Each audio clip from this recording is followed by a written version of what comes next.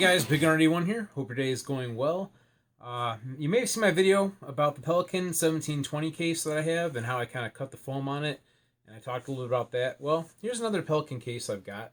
It's a 1490 case. Now this case originally actually belonged to my sister. She kind of donated it to me. It started its life out as a laptop case. She would use it when she was in the military, and anyway, it became mine. So I had had it for a while. My laptop wouldn't fit in it. A little bit too big for the way it's laid out with the divider and stuff that's inside, or the organizer that comes with. But since I had this case, I thought, well, what can I do with it? So I bought some foam, a foam kit for it, and I went ahead and did a little bit of cutting and stuff, and I'll show you what it looks like on the inside. Alright, so let's have a look inside my case here.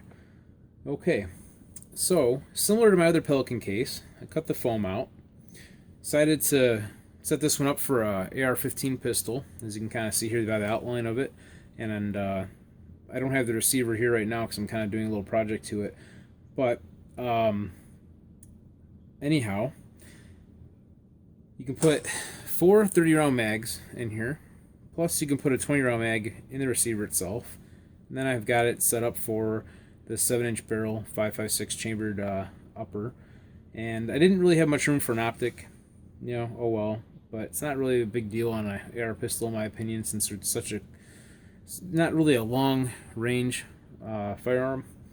And of course I have the sights off it right now, but I had it set up for Magpul M-bus sights, and that fit in here real nice. If I got a picture, I'll show you guys a picture of it, what it looks like with them in there. Anyhow, this foam here actually came as a two-piece kit. You get the upper part of the foam and then the bottom piece. So how did I cut it out? Well, that was a little tricky. Kind of the same way I did with the other case in my other video. Basically, I used a meat slicer carver, same one you kind of use for, carving up your turkey on for Christmas or Thanksgiving or whatever, and trimmed it that way. But the trick was this being one solid piece of foam, I had to actually, and I didn't glue this together or anything yet, and that's something else on my list.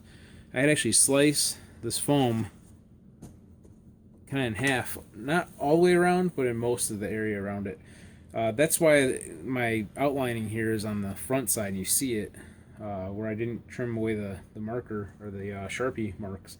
And that's one downside, but it's not the end of the world. One thing I thought about doing with this foam is, first off, maybe using, I don't know, contact cement, I'm not sure, to maybe bond the two, halves back together, top and bottom. And then the other thought is Plasti Dip, I think it's called, like plastic dip. It's a spray. You see people using it for all types of applications, like especially like in automotive.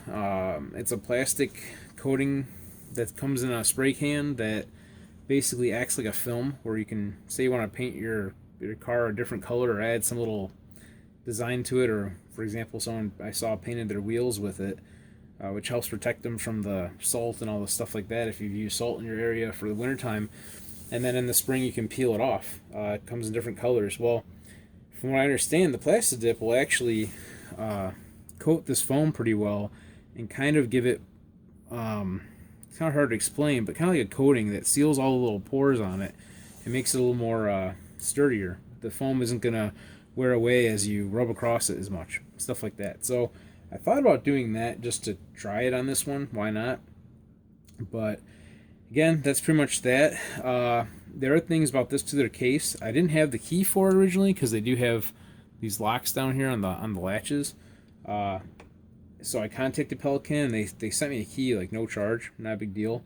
And the other thing I also got was a new O-ring seal too. I think I may have paid for that. I don't really remember. They may have even gave it to me. I don't really remember. But I replaced the O-ring on it because, again, it's a waterproof case. Has a little, pressure relief valve down here in the front for that. I don't know if it'll float. Depends on what you have inside of it, I suppose. Otherwise, if it's empty, I'm sure it's going to float. But, yeah, the other thing that's kind of neat about this particular case does have rings for shoulder strap, or you could probably even, hook something else on there, like your keys or whatever. Who knows? But that's pretty much it. Hope you guys enjoyed checking out my case here. I think it's a nice little option, especially if you want something that's like a quick, easy, grab case, nice size for something small. But you can pack a lot of rounds in here with the AR pistol, of course. And you could also set this up differently too for like a handgun or something else, whatever. It's got so many different uses. That's the wonderful thing about these cases is you can just, in this foam, you can cut it out however you see fit and make it your own. So, till next time, guys, go out and have some fun shooting.